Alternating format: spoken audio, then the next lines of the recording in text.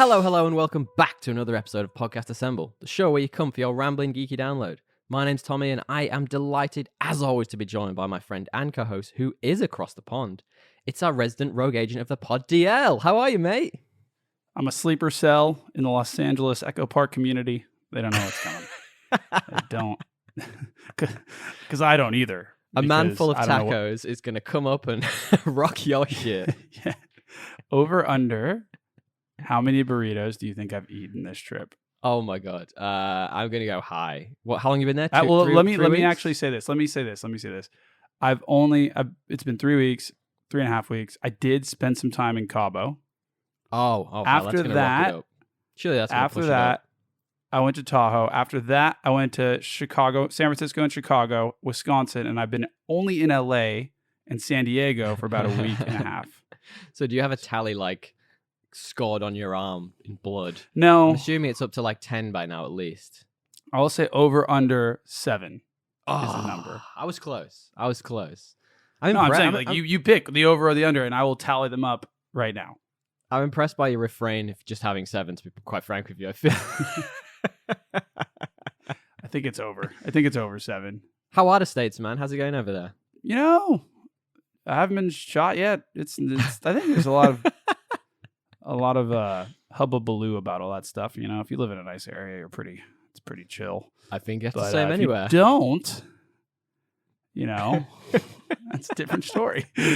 Well, dude, there was a shooting in New Zealand. Yeah, My heard team that. was out there. They heard the gunshots. Really? They were at an event. Yeah. Anyway, they're safe, and I hope everyone good. else. You know. Yeah, hope you guys are safe out there. That's terrifying. Yeah. I think that's to do with the Women's World Cup, which is very confusing. I watched it last night, and yeah, it's the Women's World Cup, right? It's interesting football. Extremely good to watch. Honestly, it's the best besides tennis, the best women's sport I think to watch.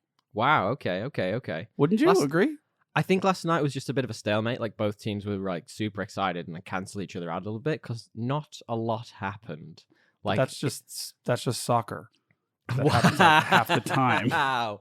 Wow. You're so coming like after me. How are you going to blame that on the woman? That is the sport that you watch. I'm not blaming it on the women. I'm saying they canceled each other out. It was a tough game. Okay. Opening fixtures: Ireland versus Australia. Apparently, like all the Irish over here were like super jazzed for it. We're probably all pissed as well. I mean, that's to be expected. Absolutely to be expected. Hey guys, if you want to listen to us banter about our days, feel free. We'll pop some time codes in the description. You can jump around. You can see DL being a sleeper agent over down when we get to talk about our main topic, which I'm really excited to talk about. Seems like you're maybe less so.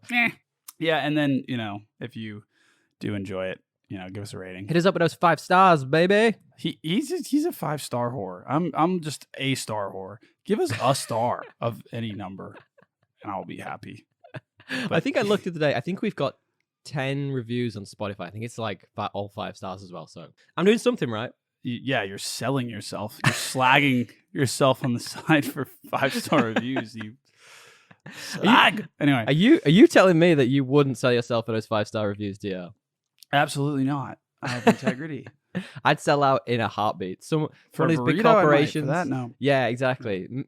Guzman y Gomez comes and offers a sponsorship for this podcast, and we become podcasty Thembal. I would sell out in a moment. Assembly. Yeah. Anyway, I don't know. That is probably not Spanish. Just cut that. That is staying in the podcast. DL, what have you been up to? We've had plenty. It's been like 3 weeks, man. It's been so long since we caught up. Yeah. I've been doing a lot of travel, which was really fun. Yeah, nice. But I was in a plane so often, man. So often. But what have I been doing that's relevant to the discussion of today? I've been rewatching The Witcher because the new season came out, and I was like, "What happened?" Hell yeah! Because I didn't read the books. Like I never did. So like I don't have this. I do want to, but like I don't have the base knowledge. So it's kind of like I'm kind of like once this ends and I see how bad Liam Hemsworth is as Geralt, I'll go. I don't want to leave that with a taste in my mouth, so I'll kind of read the books after. Have you seen any of the new series, or are you just catching up on the old? So now I'm on to the new series, and I binged a bunch last night. So I think I'm on to episode 4. Okay. Well, there's only 5 out at the moment, I think. Oh, really? So I have 2 more. Yeah, I think they released the first 5, then they're waiting for a few more weeks to release the second half of the season. I think it's about to come out, so I'm timing it pretty well. Yeah. I'll talk about it next week a little bit because I've got a couple of other bits to touch on. But like, what do you think so far? How much have you seen? All of it, I think. Oh, okay. Look, so far, like it's it's kind of consistently just above, like barely above average. Right. Like that's what this show is. It's like just a hair above a 7. It's like a 7. It's like a 7.5 that sometimes reaches like the heights of an 8, but only for an episode or two because it has a couple 6s in there down to like a 5. Yeah, it really is like just barely above average. Sure. But the source material seems to be like compelling enough that even though they stumble through that, there's still some interesting things, and I'm enjoying it, even though I know it could be better. Yeah, even though I know it could be getting better, or it could be better, but it could be better. Yeah, it could be better. The biggest thing that bugs me is that the CGI is so hit or miss on this show. Oh, interesting. Like, are you talking early seasons or the latest one? I'm talking like all of it. Like, it's all like at one episode it'll be great, and then the next episode will be so bad. It's like they ran out of budget. I can't even think of a single episode of CGI now. All I can remember is the one that's in all the trailers with that big thing he fights in the marsh, and it's like a really cool looking monster, and that's the only one I can really think of. I like that one. That's my point. That was good. But then there's I remember the dragon as well. Yeah, how bad was that? But any of the new monsters, like most, like it's a 50-50 chance they look like shit. Like, well, that's the way it's been. Didn't they bring Tormund from Game of Thrones in for like an episode, and he was like a pig man, and it looked awful. I mean, it looked awful, but I think that was prosthetics. That was prosthetics. Was it CGI or prosthetics? No, I'm pretty sure that's prosthetics. Like, I think that was just the design. Like, I didn't mind that. It's more like the CGI monsters, and like the CGI of the blood and the combat, like it just doesn't look crisp and real. It looks CGI. Anyway, that's why I'm into that, and sometimes the storyline just feels fetchy. Like, I guess. Well, fetch questy. Yeah, it totally does. And that first season is the second season, for all its positives compared to the first, it definitely felt fetch questy. Even this one does. They keep like walking to a new place. Whatever. I'm enjoying it though, and Yennefer's growing on me. To be fair, like she's not as bad as she was in the Dude, that's just because she's hot. I think it's because it's that for sure is part of it. I mean, like it helps. But no, I do think that like her storyline, like the motherhood thing, like it's hitting better this season than others. And I gave her some sort of like directive that was outside of I want magic. Power. Okay, that's enough of that. Oh man, well, on that quirky sort of weird side note, I finished season 2 of Yellowjackets while you were away. We finally got to end it all up, and I'd love to know some more of your thoughts about it, because when we were talking, you were kind of hinting at you didn't quite like how some things played out, and you weren't sure about the second half of the second season. I'd love to know more about your thoughts on that. Yeah, I like. It just kind of felt like for that show, I didn't mind necessarily where they ended up. I just didn't like how they got there.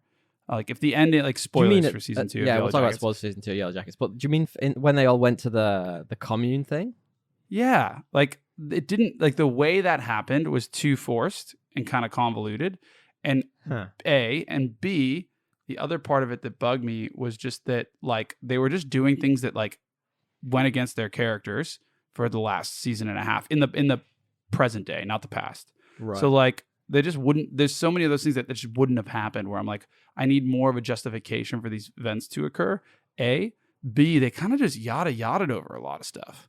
Like interesting. Like what? In particular, like the whole like I don't know what happened. He like framed that one cop. I don't understand what the hell happened there. Oh, you mean Elijah Wood's character? Yeah, like I liked his character, but what happened there? Like that doesn't seem believable. Yeah, the partner didn't get that either. It seems that they like. I know they were saying like he's super rich and he has all these skills. He's almost like a John Wick of the internet. But like I think all he did was fire the gun. He hacked into the guy's emails as well and made it look like he was part of the conspiracy, I think. And yeah, but there were so many ways that could have gotten caught with forensics. He fired the gun. Like it was just for a show that's like pretty detail oriented about that kind of stuff. Like that felt like that felt very like networky, rushed. Yeah, it just felt rushed. The semblance of them all there and forced. And yeah, that didn't. But I don't mind where they got towards the end of it. It was just the execution of like episodes like 5 through 8 or whatever were kind of iffy for me. In the present day, I quite liked in the present day that all of the loved one or the closest people to the main characters were in those woods. and kind of one of them had to die. I kind of liked that idea. I also like the idea that they're kind of setting up Shauna's daughter as maybe being like the heir apparent almost. You know what I mean? I find that kind of like, that's super interesting, but I still have the same problems with this show. Like, it just feels really drawn out. Like, it could be more concise with its writing, I feel. Like, there's just something like, but and it's not just me, it's the partner as well. The partner's like, just get somewhere. Like, I think my problem with it is in that first season, we saw that awesome clip at the very beginning where they're all like, it's like full Lord of the Flies. They've got all the cool like headdresses, and they're all, and I get it, they're not going to get there immediately. Dude, but that's like it's the fact that like it doesn't, but it just doesn't feel like it's ever going to get there. And I can see they're making like tiny allusions to it. Yeah, I don't know, man. It's not like, you watched Game of Thrones and you saw White Walkers once, and then 4 seasons later you saw them.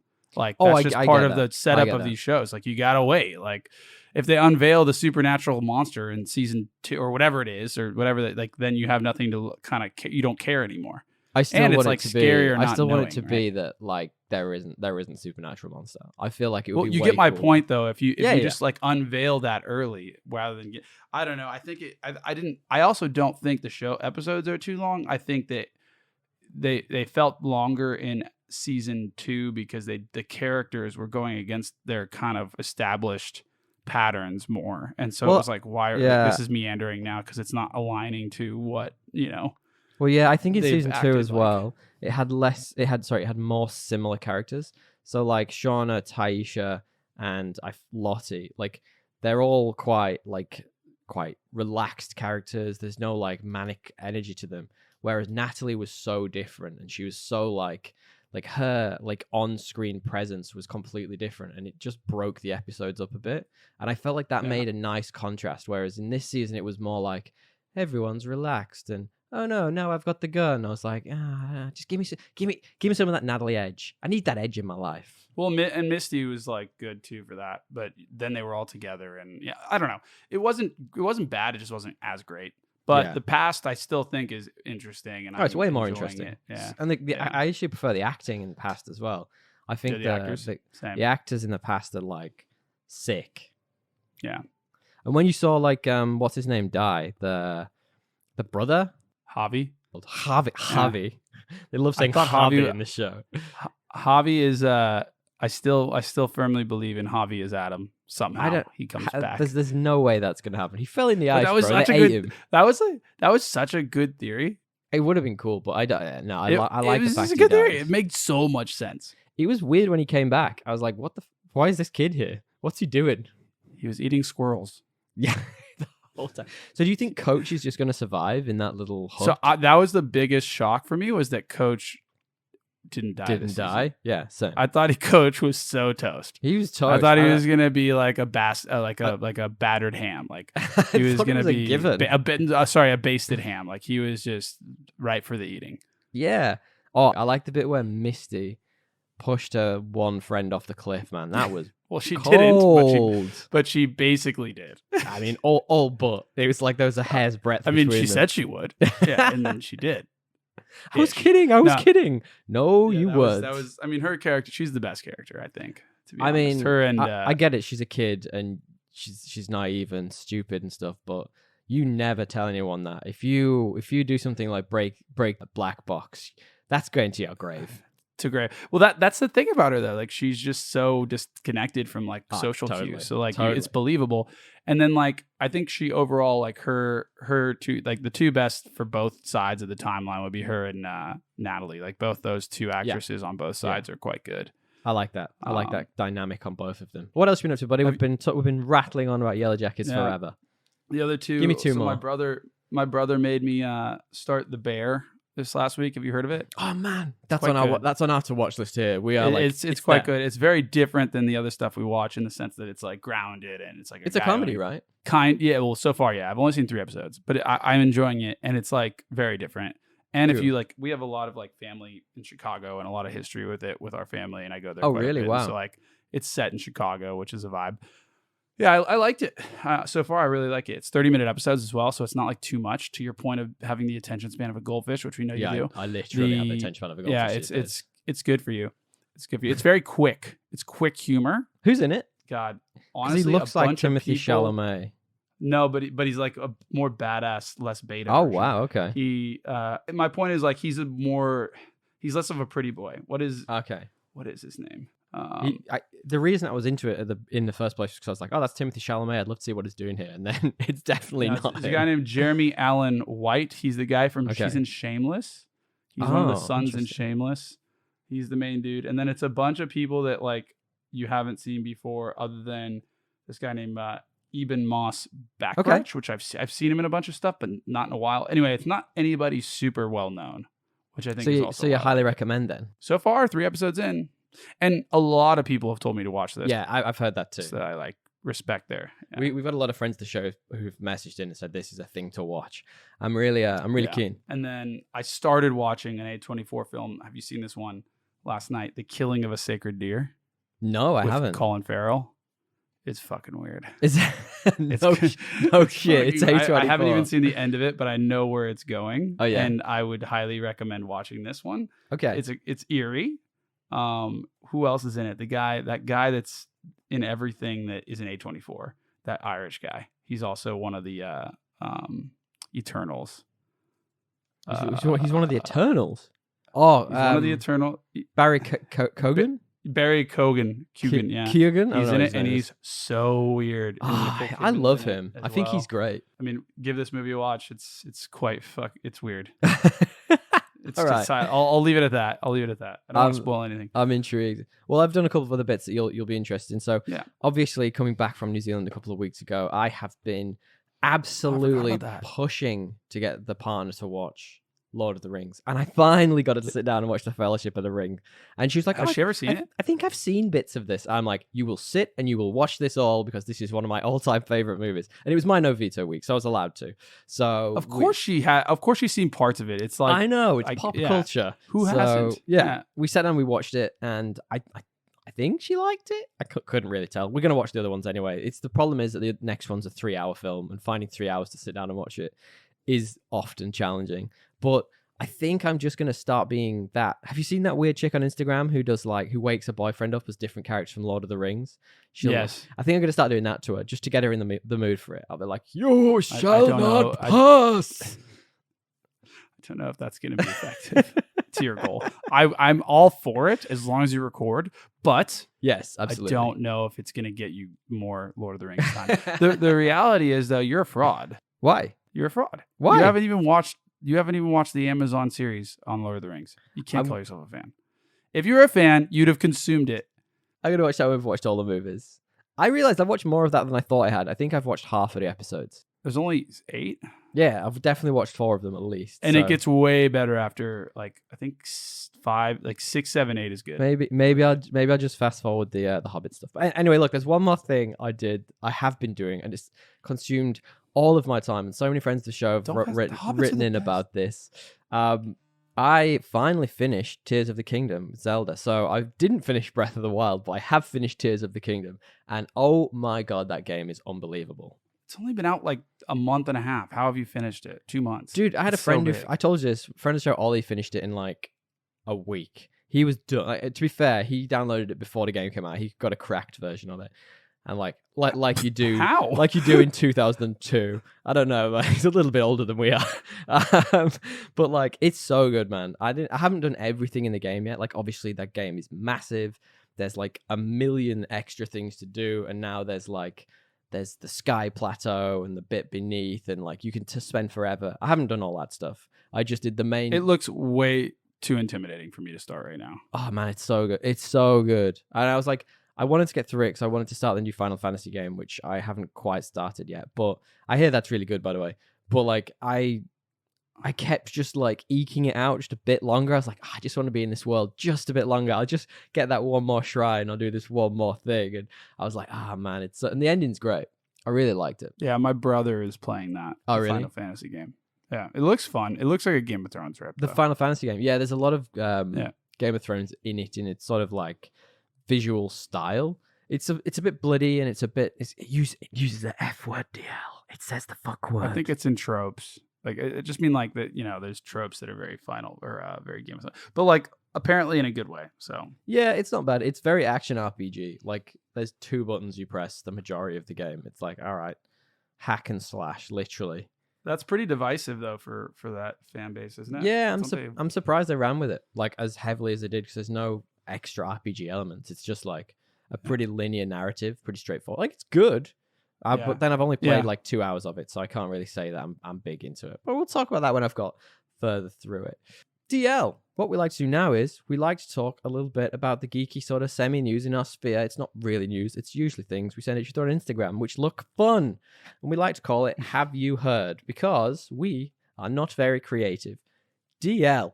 Now, we've talked about this in the abstract because we knew that the Screenwriters Guild had gone on strike. And that was slowing a lot of things down.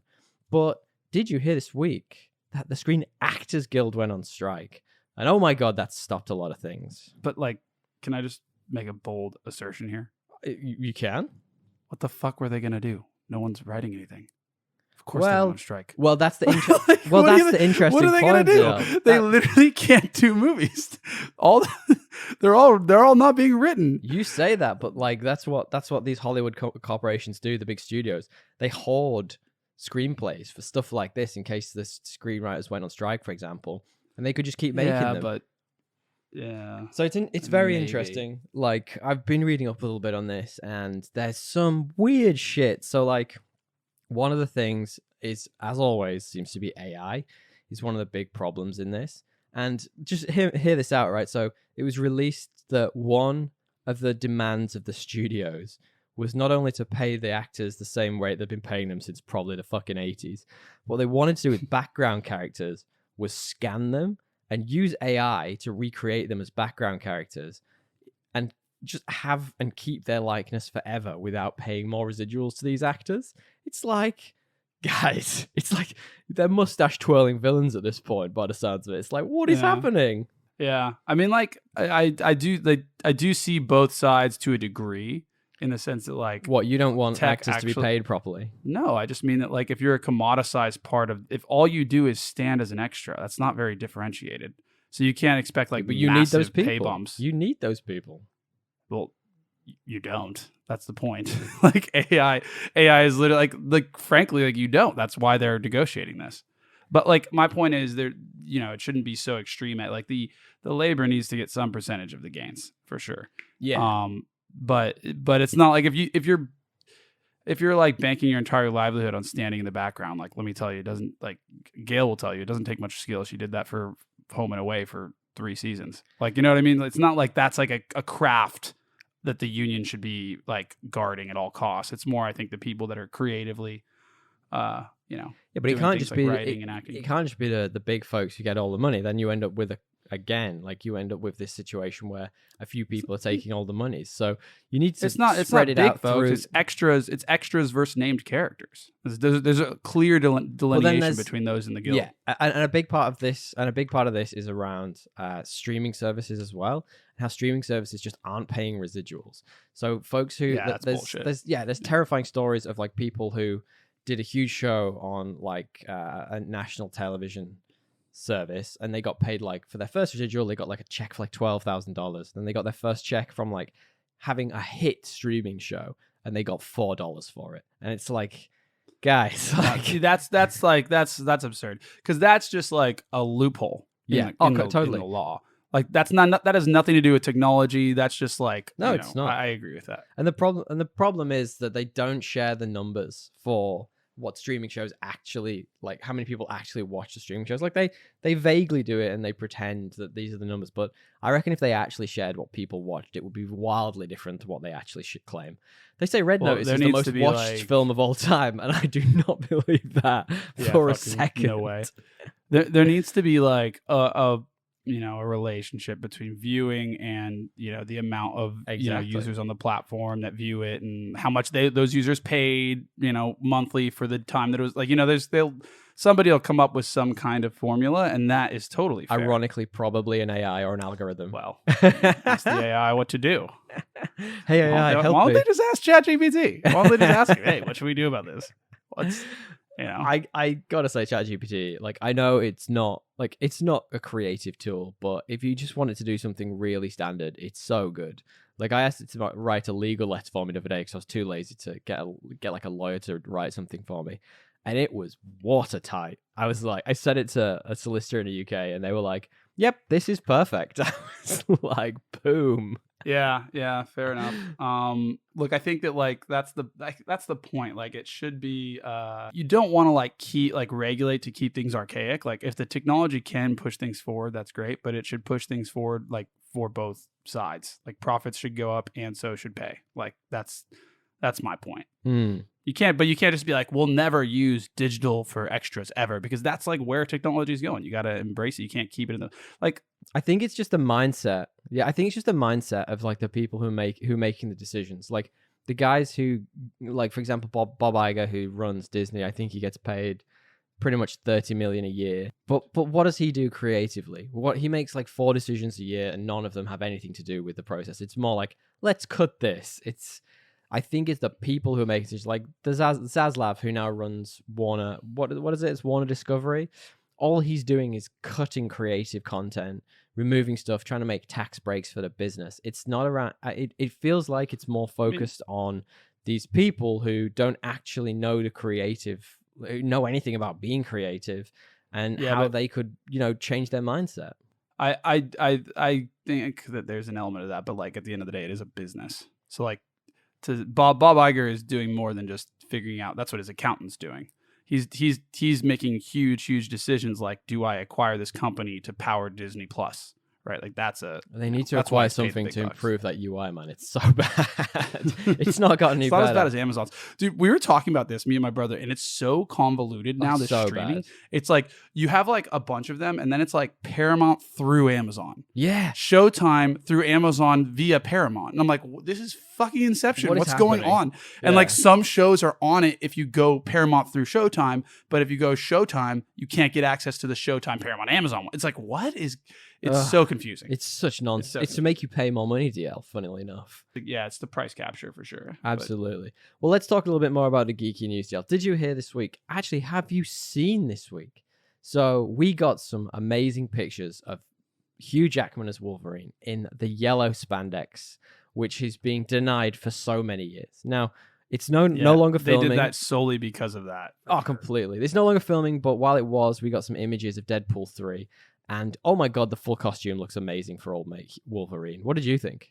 I mean, it does look as goofy as you expect. Absolutely, it's supposed to. It's a throwback to the 60s. They're definitely gonna do that meme. Oh, I hope they didn't anymore. He's stroking the picture.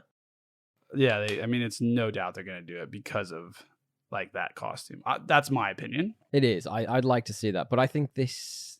Just by the looks of these images and the fact there are all these leaks and rumors of who's going to be back for this film. So like a lot of the old X-Men characters, we talked about it recently. A lot of the old X-Men characters are coming back. Apparently you've got people like, apparently Halle Berry's coming back, etc. And I really think this is an opportunity for them to do a Deadpool kills the Marvel Universe, a version of that comic, but it could just be like the Fox Marvel Universe, and he's just wiping all of these dudes out. That'd be amazing. Do you remember how that universe ended? Like, is this going to be linearly after? Deadpool kills everyone. Literally. He kills the universe. No, I mean the actual Fox universe. The Fox universe. Well, they went down the rabbit hole of the younger characters, didn't they? I think the last one was Dark Phoenix, which was a remake of X-Men 3, and it just wasn't good. It was exactly the same film. A remake of Deadpool. Hey, if they were going to kill all those characters, I would be totally cool with it. Yeah. I mean, I think it'd be interesting. It's so convoluted, that storyline. I don't even remember where it ended. Well, if they're moving towards like the Secret Wars story from the comics, where you get a bunch of alternate characters, like having the likes of Deadpool and the likes of this version of Wolverine, and maybe a couple of them survive, might be a good idea, just so that you can use them in that film. But seeing Deadpool just wiping all these Fox characters out would be hilarious. Well, it is a comedy, so like that could totally happen. Totally. You know? Totally. I'd like to know his motivations. That's what I'm interested in. What's motivating him to do this? Is it the voices in his head? Does his girlfriend get killed again? Like, are they going to use the fridging technique? Like, why is he doing this? I got to rewatch like Deadpool 2. I don't really remember. I just remember Brad Pitt had a random cameo. That was good. oh, for like a split second, you see like, Yeah. Could you imagine how do you sell that to a movie studio? You're like, hey, we're gonna have Brad Pitt in this. He's gonna be a big feature for the film. Like, oh my god, really? That's amazing. Like, let's get him in. Like, and he's gonna do it for free. Perfect, even better. And it's like, how long is he gonna be in the film for? You see him for one frame. I do think it was like, honestly, like a favor. I'm pretty sure I saw a video about it. It was like a favor. Oh, right, okay. Like Brad Pitt lost a bet or something stupid like that, and he agreed to like do it. He owed like, Ryan Reynolds one. Yeah, it was something dumb like that. Like, well, they they won a bunch of Emmys for the Ryan Reynolds Wrexham TV show, the one with Rob McElhenney. I'm excited for the second season of that because, spoilers, I know what happens. I watch football, so I know what happened in that most recent season. So I'm excited to see that when it comes out. Moving on to another thing that I know you like, DL. Did you see this week? The trailer for Dune Part 2 was finally announced and revealed. I did. What did you think? I did. Well, it was already announced. It was. Sorry, you're right. It was announced. Yeah. I did, and we get Timothy Chalamet as Paul Atreides beta version. Yeah, he came out of the bear just to do this. Yeah. For some reason, I liked him in it, but the more I think about it, I'm like, is he the right dude for Paul Atreides? He's just so wimpy. Really? That's interesting. Well, I think it's now that I saw the bear, I'm like, fuck, they should have cast that. Like, he's brooding. He's not good looking enough, maybe? I don't know. I feel like there's a stage of human. So you've got like Timothy Chalamet, you've got the guy who's in the bear, and then you've got Aaron Taylor Johnson. And I feel like they're all the same person, just slightly getting larger versions. It's like the Pokemon evolution. Yeah, honestly. I mean, you're right. They all have the same like hair kind of. They're exactly the same. And give him a mustache too. I did, and you also see your first look at Florence Pugh. Oh yeah, pew, right? Pew, she as the Empress's daughter, and Christopher Walken. Literally walking in. I love that guy. He's so good. Did you see that thing that went viral recently of Christopher Walken? He was it's Dave Grohl, and it's absolutely amazing. I can't remember if I said it to you, but Dave Grohl, he's doing this story about how they got introduced to one of the late night shows by Christopher Walken.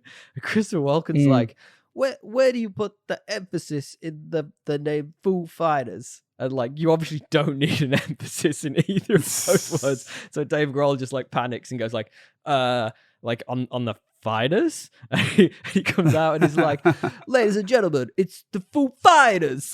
And it's so good.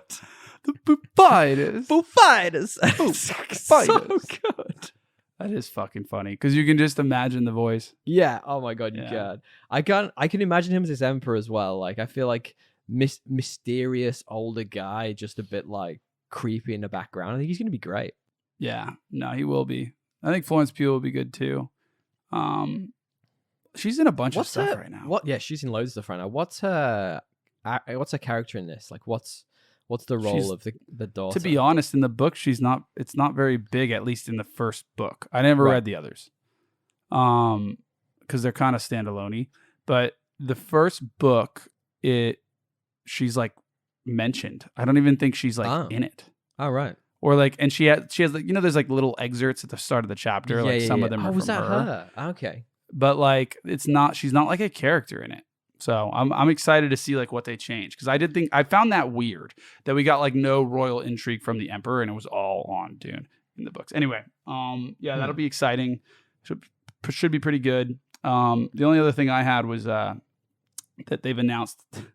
God, the showrunner for The Witcher is so dumb. Why? She just like walks into so many mistakes. Why? They announced that like, oh yeah, we've thought about how we're going to do the transition. Like, instead of just like not talking about this right now while it's Henry Cavill's last hurrah. Yeah. She continues to like just piss on his grave. Oh. It's like, she's like, what did she say? She said it's going to be, we know how we're going to do the transition. It's going to be really meta and you're all going to love it. And I'm just like, you could not have used more buzzwords or set yourself up for failure. Absolutely. Worse. Yeah. Oh my god, it feels like she just wrote into ChatGPT, what are the buzzwords that are going to get people excited? Yeah. Well, it's like, meta. But now they're going to be like, I don't love it, and it's meta. It sounds like you're overthinking it. Like, anyway, we'll talk about it later when we've seen more of it. But there is a specific line in the first episode of the new Witcher which really worried me, when Yennefer says something along the lines of, I'll find you no matter what form you take in the future. And I was like, oh God. Yeah, come on. Setting it up already. Come on. It was so bad. I was like, dude. But you know what that meant? It wasn't what form. I think what it was implying was whether we're friends, lovers. Yeah, that's what it was implying, but that's not surrogate what it meant. parents. But it was like a double whammy. Yeah, it's 100%. That was laced with thick irony. I was like, I see where this is going. But there is a part of the game. Do you remember? He like, oh no, you only play the third one. Yeah, why? What happens? In the second one, he's lost his memory. And it basically gives him a get out of jail free card to like fuck whoever he wants. And then Yennefer's like, you fucked all these people. And he's like, I didn't even know who you were. Like, what do you mean? Who are you? That sounds great. Maybe I need some of that. So I reckon they will use that. And I have no idea how he loses his memory because I never played the first one, but apparently he does at the end. Interesting. Oh, maybe they'll do that then. Maybe they'll be like, this is what I look like. There'll be some kind of like play on that plus the look change. For sure. Yeah. Interesting. Yeah. I didn't know that. That's fascinating. I just don't think I'm going to be asked once it happens. We've talked about this 1,000 times. I have to watch it, but anyway, I'll watch one episode and see how bad it is. But anyway, DL, did you see this week? Final piece of news before we move on. That Oppenheimer. Speaking of the actors' strike, actors. You mean Barbenheimer? Well, specifically Oppenheimer. The actors at the premiere got up and walked out in solidarity for the strike. And even though this movie is getting 10 out of 10s across the board, I'm fascinated by that. Like, they literally were like, all right, peace, we're out, guys. We got this. I mean, it was a publicity stunt. Like, no, it was to get... Yeah, it was. In respect for the actors, yes, it was a publicity stunt, but it was to shed light on what's going on, and I appreciate that. But I guess the fact it's coming out at the same time, as you said, the Barbie movie, which are you most excited for? Because I know you were pretty pumped for Barbie.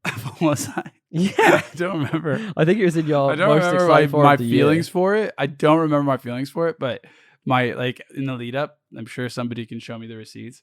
But guys, hit us up. Listen to the tapes. Ryan. Yeah, let me know. The interviews by Ryan Reynolds or Gosling. What? Gosling. God, I can't ever fix that. Ryan Gosling make me want to watch it more. Like, it feels like he's genuinely proud of like this movie. I could never tell with him. He's got exactly the same expression all the time. So he might be. But he's having fun with it. He's like, I think you saw that interview where he's like, I didn't know how I was gonna do it, and then I just had to like find my Kenergy. And I was like, oh shit, dude. Damn. Oh shit. And he's shredded in this film as well. He is ripped.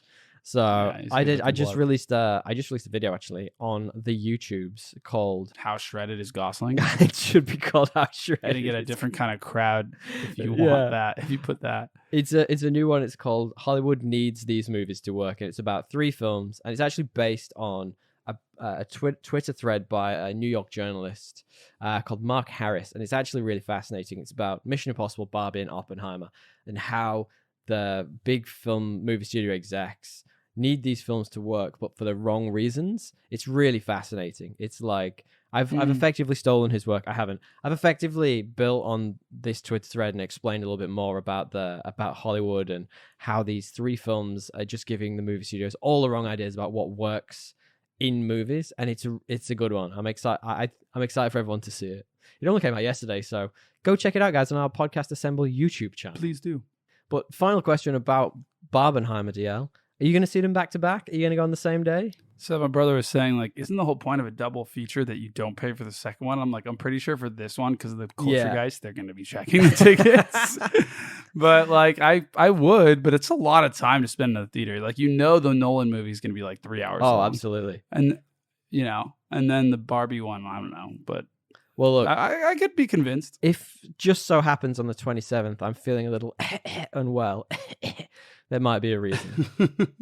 Yeah, fair enough. I think you got to start with Oppenheimer. And then hope Barbie brings you back up. But Barbie looks like it's an existential view of like her life and femininity and capitalism. And I'm like, oh man, is that going to be worse? At least in Oppenheimer, we get the extended sex scenes. I mean, who knows? Maybe you get it in Barbie too. If they're both that way, that would be bit of it, but I bet they'll both be that way in very, very different tones. Yeah, absolutely. Right? So it'll be I think it'll be good to end on the comedy tone, which Oppenheimer will not be. Yeah, no, absolutely. I can guarantee you that. I was reading that apparently Cillian Murphy's diet leading up to the film was like 1 almond a day to get like skinny fat. I'm like, oh my Christ. 1 almond? I know. Look, guys, if there's any news we haven't brought up or anything to do with the news we've talked about, please hit us up. We are at Podcast Assemble on Instagram or thepodcastassemble@gmail.com. Hit us up, send us memes, send us the news. We always bring it up when you do. It's been a hot minute since we've caught up, so there was so much to talk about. We've probably missed something. But now, DL, do you want to preface our main topic for this week? Yeah, I would love to, but I also want to. Do you reckon his almond was salted or just like straight? Probably not, because that would make him more thirsty, and he needs to be dropping them cows. I'll just drink water. Today, to my dismay, we are doing Mission Impossible. What do you mean to your dismay? Part 1. You know, I just never get behind this series, but I watched it. These movies have been progressively getting better since the second one. I don't even remember them all. There's so many. Yeah, what number this is the 7th one. Yeah, I never thought I'd watch a franchise for this long. I'm not like a Fast and Furious guy, but I never thought I'd be enjoying it as much as I do. Look, anyway, I'll premise that with we're watching Dead Reckoning Part 1, meaning that we're gonna have to do it again because yes, part 2. We are. Tom, I think that Tom's made another one. I have a dumb summary if you want me to. Yeah, absolutely. What we'll do is we will do non-spoilers and spoilers for you guys. There is a weird added wrinkle layer of a spoiler with the villain of the piece, which we'll probably hold off for as long as we can, and we'll call out when we eventually do start talking about it. But do you want to give me then, DL, your stupid plot summary? Yeah. Tom Cruise looks esoterically at something just out of view of the camera a lot in this 3-hour cringe, which continues to be cringy when he is anything other than asexual in this Mission Impossible story that feels like it was written as a result of a bad ChatGPT prompt. It's my I knew something like that might sneak in there. That's interesting. He does stare off camera a lot, doesn't he? I never thought about that. The entire movie, he's just looking just outside the camera's view, like he's seeing something so fucking existentially stimulating. He is really. He's mine's a little different though. Mine is once again Tom Cruise tries really hard to kill himself, but just can't, giving credence to the belief that perhaps he's immortal. He might be immortal. No. Who knows? He's drunk from the cup of Scientology, so I'm not 100% sure at this point. Cup of Scientology. He is starting to look a little more his age during this one. I don't know if you noticed that. I like that they've not 100% just flattened his face. But before we get into it, do you want to guess to me, DL, the current IMDb score for this? The current IMDb score, lower than the Rotten Tomatoes, which I think I know, would be 8 or something. Ooh, it's too high. 8.5. 8.2. You were close. Yeah. What you said? You think you know the Rotten Tomatoes? What do you think it is? I think it's 93 or 93. It's 96. Yeah, 96. It's very fresh right now, and I've split down the Metacritic into critic and user. So out of 100, then out of 10, what do you reckon? 6. Oh, it's 8. It's 81 critic and 8.3 user. People are loving this, man. And I can see why. That's shocking. It's from Christopher McQuarrie again. And I didn't realize, I was looking at his filmography. He's mostly done Tom Cruise movies, which I completely understand. But he was actually a writer on a bunch of other really cool stuff. So he was a writer on Edge of Tomorrow, which Live, Die, Repeat, it's known as in some markets. And he was even a writer on The Usual Suspects back in the 90s. So That's a great movie. He's got a pretty vast writing career, which is really fun. So this movie, it obviously brings back a lot of the old favorites. Tom Cruise, my Pother the Fourth, he's back as Ethan Hunt, baby. He is back, and he is doing an impossible mission. We get Haley Atwell as a new character. We've got Ving Rhames returning. Simon Pegg's back too. Rebecca Ferguson is back as Ilsa Faust. What a weird name. We also get some fun returning characters like Vanessa Kirby as the White Widow. I really liked that character. Pom Clementif, who I apparently always say wrong, is in this doing her best Harley Quinn impression. And then we have, I never say this right, we have Asai Morales as Gabrielle, who is the villain of the piece. DL, tell me a little bit about the plot for this. What's going on here? What are we talking about? I'm gonna just use your censored version because mine would definitely have spoiled things. Ethan Hunt's past comes back to haunt him, as it tends to. Oh, funny that, isn't it? He's got such a varied past. Yeah, and again, as it tends to be, the fate of the world is at stake. When the key to the most dangerous weapon known to man, or I should say keys, plural, are in peril of falling into the wrong hands, and who do we turn to but the IMF to perform the impossible once again? Must stop it at all costs. Well, I listened to a fun podcast, one of my other favorites, and they always talk about is Ethan Hunt going rogue in this film? And I think he goes rogue from the first shot of the film. I think he's just rogue the whole time. Like, he just does what he wants, doesn't he? He's at his absolute zenith for like this character's a badass. Like if you know, you mentioned before you've not spent a lot of time watching these films, and maybe we'll talk about that. But like in these films, as they've gone on, he started to build like the lore of Ethan Hunt more and more in the background through other people making these big sweeping statements about him. Like by shoving like a backstory quickly in your face that just no one knew about in other movies. It's so annoying. Anyway, and my favorite one thus far has got to be from this film when one of the characters calls him a mind-reading, shape-shifting incarnation of chaos. And it's like, I just need a supercut of people giving these wild statements about this person who nobody seems to know anything about. It's crazy. It's ridiculous. Ethan Hunt, shut up, dude. So what's your, like you mentioned you're not a huge fan of these films. Talk to me about that then. Like, what's your background? Do you remember any of them? I remember the first one vaguely, and it's like he gets betrayed and all his team dies or something. Well, the first one had the one of the original team from the TV show from the 60s, like flip and become the bad guy. So that was like the kind of why that was a big deal. But if you remember the first one, surely this resonated a lot with you because there were a lot of callbacks to it. I vaguely remember the first one. I saw it a long time, and I remember liking it. Don't get me wrong. And then number 2, I remember seeing, and it was a bit crazy. Oh, it was bad. He had like long hair. There was like a motorcycle. Yeah. I don't remember. It was like peak Tom Cruise being a dickhead. John Woo directed that. And John Woo was like a hot moment in time. Like he did some crazy films like Face Off, for example. He was big and like you know it's him because of the slow motion and the doves and it's so John Woo. Yeah, and I remember like I don't know if it was 3 or 4, but one of them there's like a virus or something. I think that was 2 because it was because it was Tandy Newton, I believe. One of the revolving cast of women in this. Yeah, and then like the recent one, Ghost Protocol, wasn't bad. I didn't mind that one. I remember Ghost Protocol being pretty good. Yeah, I liked that one. The main reason I struggle with this is because there's actually like it kind of feels like they're trying to like sham you or like spin the viewer because they act like there's this big through line of a story, but really every story they just narrate this backstory that then becomes like, oh, this was canon the whole time. I care about these characters because of this fake backstory I just created, and I'm like, no, I don't care. No. I refuse. But my minor problem with you cannot Scientology me, fucking Tom Cruise. No, stop trying to put I am that not in as gullible as ye. Yeah. My minor problem with these films, and it's super minor for me because I actually really like them. But the thing is, and so I've been watching. I'll talk about it in a couple of weeks' time.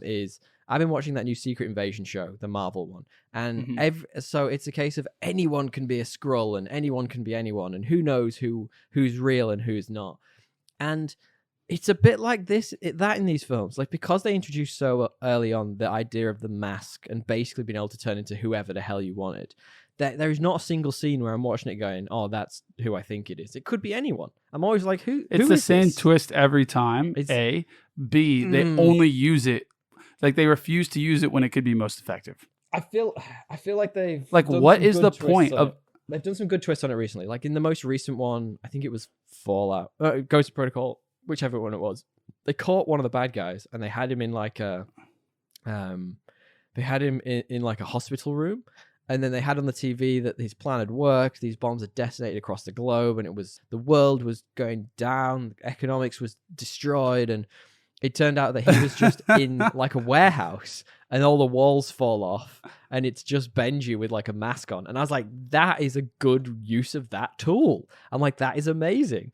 And yeah, I think when they do creative stuff with it like that, it's cool. But when they just use it for, oh, he was the prime minister, cool. It's like, yeah, all right. I love how you're like, oh, economics are destroyed. Like now they just don't exist because the things explode. Yeah. The thing I would say about that is like, why didn't he wear it in the airport? Good question. He's running away from all these people. Question. You got the fucking face thing. Use it. It ruins everything.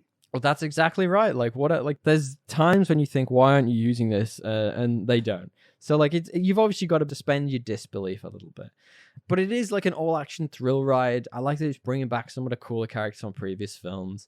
I also like that they're sort of leaning more into like Ethan has to deal with shady characters to get the job done. Like he's not the perfect white knight. Like, he's dealing with, the white widow character who's like a broker. She's from the last film, and I really like that they bring her back. And he's not a white knight, but also like I just don't like how he like there's these sexual undertones with every female. I'm like, one. I just don't believe. I don't believe it. Oh, we're gonna talk about that. I don't believe it. And it's like, Tom Cruise, your game is, you're not as good looking anymore. Your game has aged. You can't just like do a cheeky smile and have that be endearing. It's kind of just creepy now. Yeah, but like, there's a thing whereby if you watch him through his recent movies, like I don't remember him actually kissing a female character in any of his recent movies. I don't think he even kissed did he kiss the female in Top Gun Maverick? Jennifer Connelly. I don't know if he did. And I'm not sure if it's like a weird PR thing because he had such bad PR about his relationships, or it's like a weird Scientology thing. They're like, no, we control you. Do you think he's still in there? He's like the second in command of some shit now. Second in command? He's like high. He is high up. What does that get you? A free ticket to Disneyland. Seriously, I don't know. What does that get you? I don't know. What do you think you get from having that? I don't want to talk about it. They might find us and I don't know, kill us or some shit. Yeah. It definitely felt like, and this one felt like an intentional throwback to the old ones. And it's interesting that you're not loving it because I feel like this is going from strength to strength. If you go back and you look, like 1 was good, like you say, 2 was pretty shit. I'm not gonna lie. 3 got a bit better. 4 got even better. 5 was like a bit of a zenith for me. I really liked 5. 6 and 7 have both been like peak. Like, I think it was 5 when they did the climb up the building in Dubai. I'm like, talk to me by stunts because that's what I remember. Yeah, well, that's it. Like it's a franchise built on how the fuck is he going to kill himself this time? Look, that stuff is really cool, but like, it just could be shorter. These movies are so long. Sure. Like, it was basically like a 3-hour movie. It was like 2 hours and 45 minutes. They got to get it back, and they lose it again. It's like, But you're right, dude. The stunts are awesome, no doubt. Yeah, absolutely. I'm with you on that. I got a question for you though. How does one join the IMF? Like, you need to have like you can't just like fuck up a bunch because then you're useless. Well, those people just go to jail. That's how Haley Atwell did it. She just like in this, like I really like that character. She has a skill and she's getting away with it, but she's like on her last chance, basically, right? Whereas I thought Ethan Hunt was recruited straight out of the military. I thought he was like, yeah, you got these skills. Well, I don't remember, dude. You're gonna have to tell me the lore. But that's what I'm telling you. Like, it's just so convoluted. Well, he was in the military, but I think he also does something like he goes rogue, and they decide. Spit take. Tom Cruise goes rogue. Exactly. It's just a bit weird. Like, I really like that Haley Atwell character. She's also awesome. But it was like, what is her discernible skill set? She's pretty and she can do magic. Like, how is that skill set to bring her into like a set of people who are like the most talented human beings in the world? She's a thief, like, fair enough. Like, and that's like an interesting skill set, assuming she can steal. She has other skills around thieving. Yeah. But the one part that took me out of it, like, when did she become a ninja? Like, the first part of the movie, she can't do anything other than like steal shit, like, and subtly just dote on Tom Cruise. You have to drive the car, Tom Cruise. Yeah, and then like this back half, she can like full on fight. I'm like, this is ridiculous. Yeah, I get that, and it's interesting because I saw her at the beginning of the film as a bit of like a POV character. Like, there hasn't really been one in these films. You're just sort of in the action. You are there with the folks who are, what was the quote I said before? Yeah, a shape-shifting incarnation of chaos. Whereas like at the beginning when she's introduced, like she doesn't know what's going on. She's like, who the hell are you and what's happening? Like, and she's sort of like guided into the world, and it gradually builds around her. But like, yeah, you're right. She's just sort of like all of a sudden a badass. Like, she probably was all along, but like, when did she learn to do that ninja flip? Yeah, they need to give a little bit more insight into how she can do that. But look, the reality is, like, it's a fun film. I'm not trying to, like, I maybe would have it in the background while I'm watching at home, not at a theater for 3 hours. Like, yeah, fair. I can give you that. I quite like this cinema experience, though. Like, we're going to talk about the set pieces and the big Tom Cruise killing himself moments. But like, I like seeing that on a big screen. Like, seeing that stunt specifically, it was all over the trailers. I was like, I loved it. Thought it was great. I think it took a little bit of it away that it was. You could clearly see that they'd CGI'd out the ramp. Like, I feel like it looked a bit flat. But outside of that, like, shit, man, that guy, like, he might be a religious zealot, but my God, he can make an action movie. Yeah, I mean, like, how much training do you have to do to fucking base jump like that? Well, it's pretty crazy. You wait till we get to trivia true or false, and I have got some great trivia for you. But like, it's like some of the other stunts in the other movies. Like, what was the one he did with Henry Cavill where he jumped out of the plane? It's like not base jumping, it's something like that. Like, you're supposed to do 1,000 jumps to get good at that, and he did 100, and they were like, "Yep, you're good enough." Like, wow, he is a nutcase. He's terrifying. Yeah. Do you think Tom Cruise himself believes that he is actually immortal? Maybe that explains the Scientology thing. I don't. I think like maybe he just like is such a fanatic that he's like, if I die this way, whatever. Like, I don't know. I wonder if there's like an insurance policy. If he dies on set, they have to use the take or something. I cannot empathize. I can't put my head in the mind of Tom Cruise. A crazy person. I just can't do it.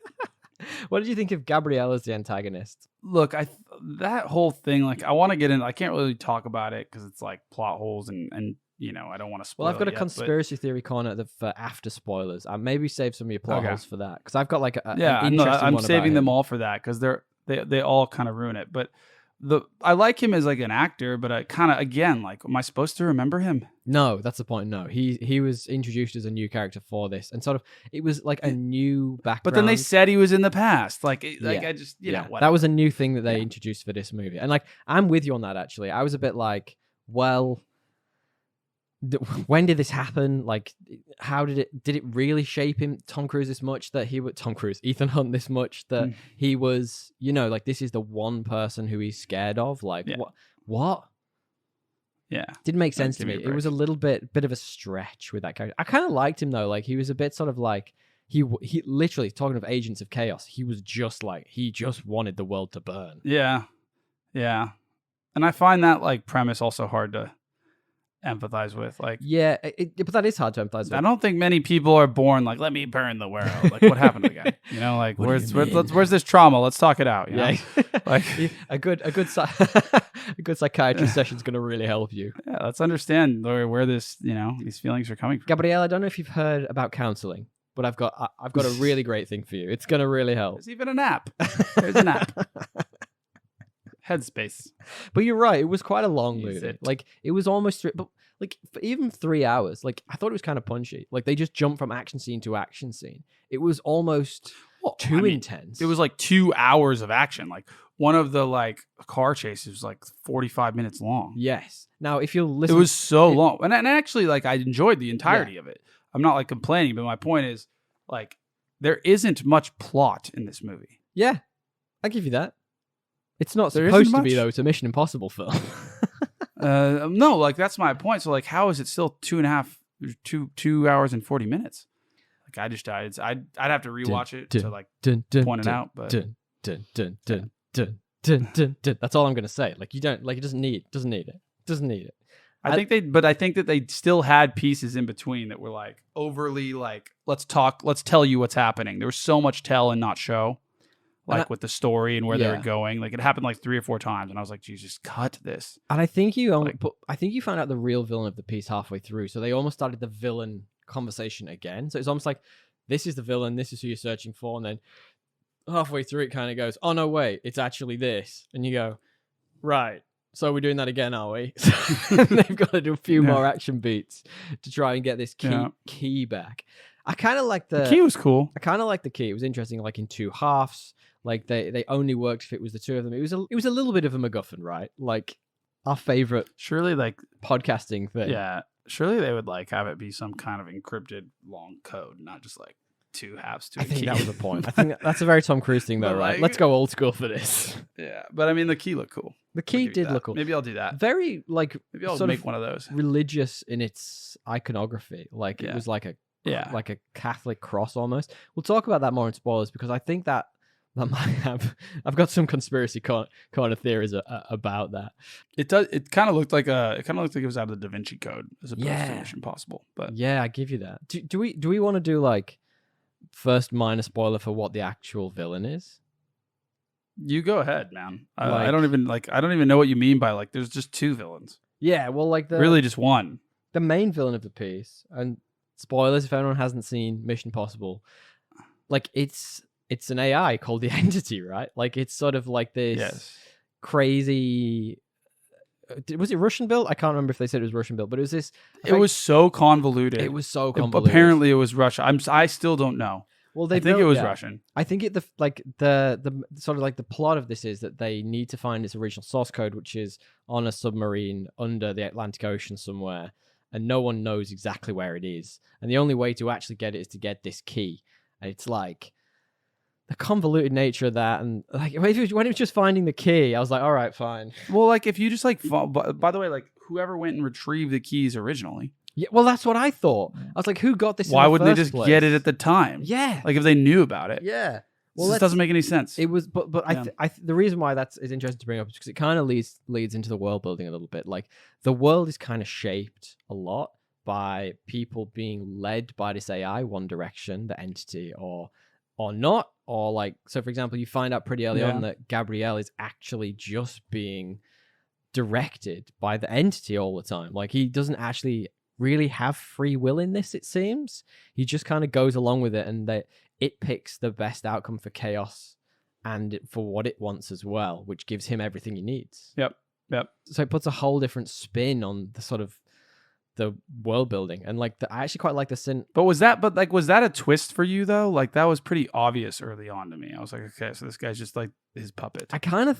Like to me, it wasn't a reveal. It was kind of like they thought it was, but it was like, yeah. I'm with you on that. I kind of expected, but at the same time, I thought, do you know what? I thought it's not going to do something that dumb. I was like, surely it's not going to be that dumb. And then it was. And then I was like, but, it was. But because like and this might reflect on me more than you, but like because I'm in for these movies, like I'm all in a way I'm not in for like a Fast and the Furious or whatever. Like, I was just like, okay, fine. Let's see what they do with it. And I didn't mind what they do with it. Like if they'd have done like a Terminator Dark Fate and made like a hologram of it, so Tom Cruise had someone to speak to, I'd have been like, oh, well, that's fucking nonsense. But because they kept it in the background and you never really saw or heard it, I actually was kind of cool with it. I don't know. I didn't like there's just too much that I know about this space working in tech where I just couldn't buy into the premise.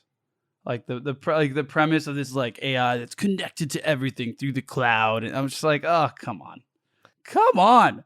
It can't even predict the ending of Game of Thrones. That's world building. It's like it's just creating a scenario that's playing on everybody's worst fears, right? Even bloody James Cameron came out this week and he was like, guys, I told you in the 80s and none of you are listening about this AI stuff. And I'm like, stop playing on people's base fears. It's nonsense. 100%. Like that's actually a problem because they're actually about to, as a side note, regulate AI in really dumb ways because all these like people are like, oh, it's going to take over everything. And that's take like our jobs. Literally, that's like, that's religion. Like that's fictional. Yeah. Like that is not what it does. So it's like my point is like it was hard for me to buy into it. This is the new religion, DL. It's taking over from Christianity. So let's talk about action then a little bit because we're kind of leaning into it, and I think some of the world building we talked about really leans into building those action scenes. Like you mentioned, the train scene, like that all comes about because they need to be on this train to get this key, and Tom Cruise has to be there. I'm going to keep calling him that. He's not Ethan Hunt. He is just Tom Cruise at this point, and they all have to be there. And there's like a very Uncharted type scene, which is it's in the trailers. Like, I'm not spoiling anything. So didn't somebody ask if like the director stole it from Uncharted? Like, I mean, I think I read that. Looks like he did. It's the same scene. It's a train hanging off the side of a cliff and Tom Cruise jumping from like cart to cart, right? Like, it's the same. And even when they're fighting on top of the train, that's a direct rip from Mission Impossible 1, which is also then ripped by the James Bond movie, whichever one it was, not Casino Royale, the one after that. So like it's almost parodying itself at this point, which is crazy. Yeah. It's like they've run out of things to do. I was gonna say, how about the Lost World, man? Like that scene was the original one that I saw was the Lost World where the T-Rex is pushing the cart over and they're trying to climb up and hang on. Jurassic Park. Oh man, I don't you know what? It's been that long since I've seen number 2. And they're in the train. It's like this train hanging like that, and he just keeps pushing it one by one, and they have to climb up. Yeah, it's pretty cool. It's a good action sequence, no doubt. But I'm not gonna rewatch Jurassic Park 2, DL. The Lost World. Come on, get on my level. Come with me on this journey. This dino journey. I quite like some of the other action scenes. One thing I will call out though is, and me and Reeks talked about, like I mentioned, Indiana Jones like a couple of weeks ago, and it followed all the same action beats. Like I mentioned, like there was a car chase. Actually, the car chase in this was significantly better than the Indiana Jones one. I'm not going to lie. The Indiana Jones one went on that car chase was good. Forever. It was a good car chase. And it was so dull by the end. As far as car chases go. Yeah, I'll give you that. What I'm trying to say is, though, it felt a bit formulaic in that it had a car chase, had a chase on foot, then they were on a train. I was like, do something a bit different, you know? Yeah, I don't know. When you release one every 2 years, you kind of run out of things to do. Like, yeah, fair. You know, it is what it is. Yeah. Well, it's more in the execution. Talk to me then a little bit about the tones and themes of this DL. Like, what were the tones and or themes? Overcoming your past, yada, yada, yada, yada. Letting go of trauma, yada. Sacrifice, yada, yada, yada, yada. Power corrupts absolutely, unless you're Tom Cruise. Yes. Like, I don't fucking... We'll talk about that one. I do like the power corrupts absolutely one. I just said the friendship one too. I think friendship plays a big part in this, and I think it leans too much into spoilers. So that's true. They did talk about that. Friendship. Oh my god, friendship's back, baby. All right then. What's your 3 best and 3 worst? I would say the stunts, obviously. Yes. You know, you come here for that. That's the meat and potatoes of this bitch. Simon Pegg, because always. Oh yeah, Simon Pegg's great. We haven't talked about him yet. I'm saving him for the end. Yeah, I guess, but he's just good in everything. Maybe like the power dynamics between like nations and nation states, like that felt really accurate and real and relevant. I agree with that. And how the AI, how the entity has been treated by the different factions, I found very realistic, and I kind of like that. We'll talk about that more in spoilers. I think. I had the action as well. Like, it was a bit unrelenting. I was a bit like, this is almost too intense at times. Like, let me breathe. But I do like that it's not gone the sort of John Wick way of like, you know, you can just shoot Tom Cruise and he gets up and walks it off. Like, he's at least not getting shot in this. Like, I thought Hayley Atwell was a great addition to the cast. Like, it is a bit of a revolving door of female counterparts within Tom Cruise movies. That's why it's so confusing. It's interesting. They're always different. Yeah, yeah. And I don't want them to be love interests either. I find that too creepy. I also really liked Carrie. I never say his name right. It's Carrie Owles. Is that the black guy? No. Big black guy? No, he's the he's a slimy politician in it. And he is really good. You'll remember him from Stranger Things. Oh, yes, he was great. I have him in Robin Hood Men in Tights. Yeah, he's really good. So is the CIA director, or the boss of the IMF. I like that actor. I really liked him. Kittredge. I feel like he's from other ones in this. I just can't remember which. How about your worst? I just lost my spread. 1 second, where's it gone? My worsts are... Okay, I really hate that, and this is like a general problem with Mission Impossible films, but like, I cannot watch the title scenes to these films because it just gives away the whole plot. And I know it's like, it's a throwback to the OG series and that's what they used to do, but I'm like, it doesn't help me. I'm like, I just want to learn this on my own, so I have to sit for 10 minutes covering my eyes or looking at the partner. You know what I mean? I'm like, I don't really like it either, to be honest, man. Yeah, I agree. It really winds me up. I also got the whole creepy Ethan Hunt proclaiming he'll always protect the female character. It's just like, oh, it's so slimy. I'm like, stop it, Tom Cruise. Yeah. And like the villain of the piece, like the Gabrielle one, seeming suspiciously one-dimensional, makes me feel like there's going to be more to that character later, which we're going to get to in conspiracy theories. What's yours, man? No, that's the only like valid explanation of it. Yeah, because I agree. He's so like. Anyway, the mine was the ending, like, and I guess we're about to talk about some of it, so I'll leave it. But like, at the very least, like the ending, like most things that come in twos like this, leave all your characters in like a very perilous state. Sure, like you know what I mean. And this just like doesn't do that. And it's like, why do it in two parts? Like it kind of basically like made a movie that ended and set up a sequel, but like not in a way that I really care to go see the sequel. Does that make sense? Sure. Like I don't feel like there's like anything at stake really. They're just going to set up a whole new story. I think, I think there's things they can do with it. We'll talk about it. There is, but it wasn't like, like Infinity War ended and you're like, holy shit. Yeah, nothing's ever going to reach that again, DL. Cinema has peaked, you know that, right? We're never going to get that again. No, but like that's what, like, even like think about how Empire Strikes Back ended. Like my point is, if you're going to do a part 2, it implies you're going to leave people high and dry at the end, and they did not. Hi, I'm your father. I didn't get that feeling. I didn't get that feeling at all. Okay. So that was my first. My second was like the sheer scope of how many plot holes there are. Sounds like we need a plot hole corner as well. Oh yeah, we have one. The the pseudo tech science story, showing not telling, like all of that, or the lack of doing that, like just it took me out of it. Like there's so many times. Also, there was some really cheesy dialogue. Like there's some times where I was just like cheesy. I just couldn't. I scoffed loudly in the theater. Like I can imagine you doing that in the cinema as well. I saw it with my little brother, and me and him were kind of laughing. Oh, really? For most of it. I imagine you two in the cinema because he's quite the anarchist as well, so that'd be pretty funny. Guys, what we do now is we don't have a rating system. We don't say this is 7 impossible stunts out of 10. We don't say this is Ethan Hunt is 5 times Rogue out of 5. What we do is we like to just say binary. Is this better or worse than the most average movie we know, which is Aquaman 2018, and why? DL, is it better or worse than Aquaman 2018 and why? It's definitely better. Yeah, because like even if you just fall asleep for like the boring esoteric parts, like the stunts are really, really cool, and that's worth seeing. And like if you fell asleep in like the really cool parts for Aquaman, you'd have done a 3-hour nap. So like that's the difference, I guess. Nice. Yeah, fair play. I'd say too, it's better. It's more relatable. I like the semi-realism of it at times. And I'm not talking about like the entity. I'm talking about like the way politicians act and stuff. I like that there's not a big squid playing the drums. I like, like it's better film. Yeah, it's always a win. Spoilers? Yeah, let's jump into it. Big time, big boy spoilers. Let's go. What's your first spoiler? I mean, I don't know what else there is to spoil other than like mainly the main girl is like kind of off again, on again with the IMF the entire time until the very end. Sure. Like she kind of makes a choice to join the IMF like in the last moment. She still is trying to buy her way out of being imprisoned. What else? I mean, I guess for me, it's a lot of people betray each other.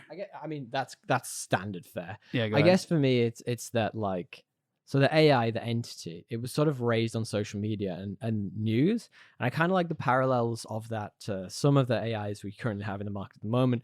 But I think the real big spoiler of this is that Ethan Hunt's like the person it has selected as the only one who can stop it, as he's the only one who wouldn't use it for his own gains. So you have all these governments vying to get him to get the key for them, especially the American government, so they can create their own truth by spreading misinformation. And it's real interesting that Hunt is the only one who would actually go and destroy it. Like he is the Messiah. He is the white Messiah in this case. Yeah. But I guess the flip side of that is that Gabriel, he's obviously, as we said, doing the entity's bidding, but like the entity has chosen him as he is the only person who scares Hunt or shakes him up, at least because of this fictional thing in his past that they've just made up for it. And I found that really compelling. I like that, but I also like just don't believe, like maybe it's like the IMF, like that I'd believe a bit more. Right. But the fact that it's just Tom Cruise, I'm like, shut up. Anyway, well, he breaks them up, doesn't he? I did like the social media play though. That's cool. That was like well, fair. the interesting thing is the entity finds out early on through Benji that the thing they prize most above everything is their friendships with each other, and it does it in a really cool way. There's an action scene that you alluded to in the airport where the entity makes them believe there's a bomb in one of the planes, like a nuclear bomb, and he has to. It's not like a logic test. It's an honesty test, and the thing that he finds out from Benji is that he values his friendship more than anything, and I think that's the reason why it's breaking them up. Like you can see, like Ving Rhames' character, he's gone off now. He's in the background. He is working off the grid.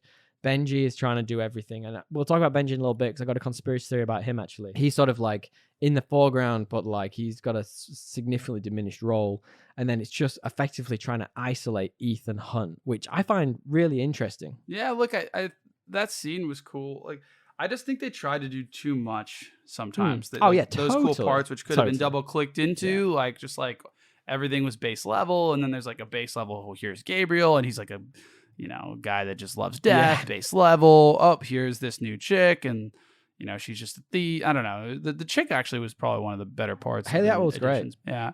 And then there was like, the different nations are all competing with each other, but we don't really see anything of it other than at the end when that's another spoiler. The CIA guy was like actually, and it wasn't really even that big of a twist. He was there trying to buy he was the buyer. Yeah. And Kittredge. Like, well, duh. Kittredge was like they basically said they were going to be, which was fascinating. Well, I think one of the things as well, like to go off that is it really plays on the sliminess of the politics of it all, and I think having this white savior Tom Cruise, like it kind of works in this film, like just as like him being the one standout. But I get what you mean. It is super convoluted to get there.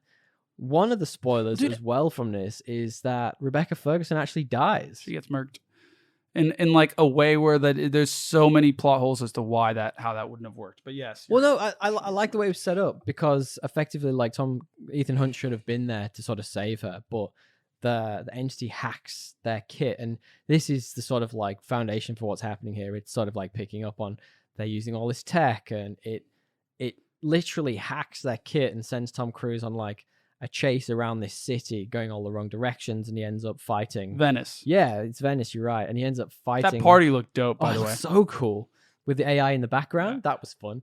But like I liked that, and it was simulating the voice of Benji and sort of like pushing Tom Cruise to do a specific thing rather than actually getting to where she was. And I like that, and that's how it manipulate the situation into her dying. But dude, you just like are all on board with the fact that you're like, first of all, this is so anti-you. You usually poke holes in these things. You're all on board about how you're fighting this big digital entity, and then you just use digital and you don't think that he's gonna hack your shit. Well, that's one of the things. It's like such a plot hole. Like it's so dumb. It's like, just come on. Like, we just spent 2 hours of the movie talking about this. Yeah. Use a fucking walkie-talkie. Like, I don't know, like Roger, like, exactly. Whatever. It's not fucking different, and they do it the whole film, and I'm going to talk about that in just a moment. But what did you think of the religious allegories in this? Like, you mentioned the key looking a bit like a crucifix. Like, do you think this is Tom Cruise poking at Christianity? Do you think like the entity is like his, like, this is Christianity? It's the worst. Be a Scientologist, like dead subtly. I don't know. I think it was, again, like if there was some allegory to religion, it was kind of base level. There wasn't a lot of depth to it. Yeah, okay. I didn't pull out any like strong meanings. Maybe I was just not paying attention at that point. Fair enough. Other than like the base level symbolism of like the keys and like the entity as a god, like that's it's very subtle. And Tom Cruise is a white savior deal. I've said it enough times. The film then ends with like one of the things we talked about is Hayley Atwell. She's a thief and she's very good at sleight of hand. And there's a big fight on the top of a train, and Tom Cruise manages to get away with the key, where the algorithm, the AI, the entity has defined that Gabriel will manage to get hold of it by all these different ways. And Cruise, using his creativity, steals it. Now, the thing that I find that threw me most about this, and the bit that made me go, what? Is that when they're trying to decide how to fight the entity, all like Ethan Hunt's character and the IMF say is like, we need to think like it, we need to work like it. And like, isn't that the opposite of what you should do? if this is a fucking algorithm, use all the things humans have that it doesn't, like creativity, the human spirit. You know what I mean? Like, surely that's what it's going to come down to. Totally agree with that. I also thought, like, how dumb that you think you can outsmart the machine in that way. Totally. If that's the whole point of what you just said is you can't, and then you just agreed that you were going to die.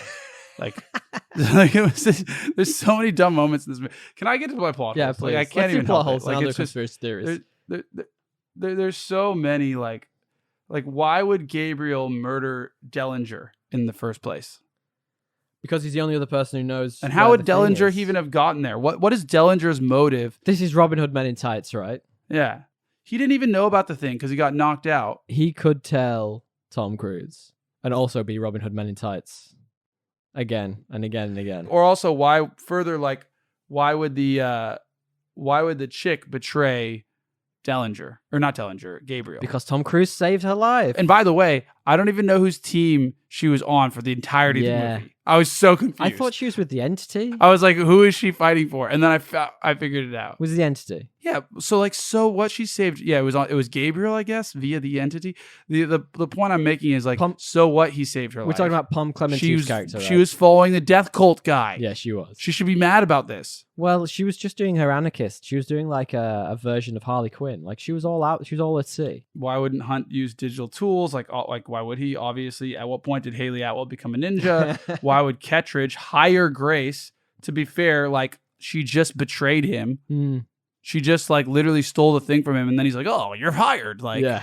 Like what? Like what? Maybe it won't work that way. See, that's conspiracy as well. I think that's one of my. I'll jump into my conspiracy as well. I think that's the first thing. I think she has actually been hired to compromise Ethan Hunt. I think she'll double cross him in the next film. I think that's the point. That makes sense because otherwise it's like, you know. See, that would make a lot of sense. A lot of these things that would get rid of two plot holes. Why does Gabriel stab Paris? What the hell is the point of that? Pom Clementine's character. Yeah, you know, look, let me tell you some conspiracy theories, and some of these might lean into some of the stuff you're talking about, and I'm interested to know if they do, right? So I've only got two main ones, right?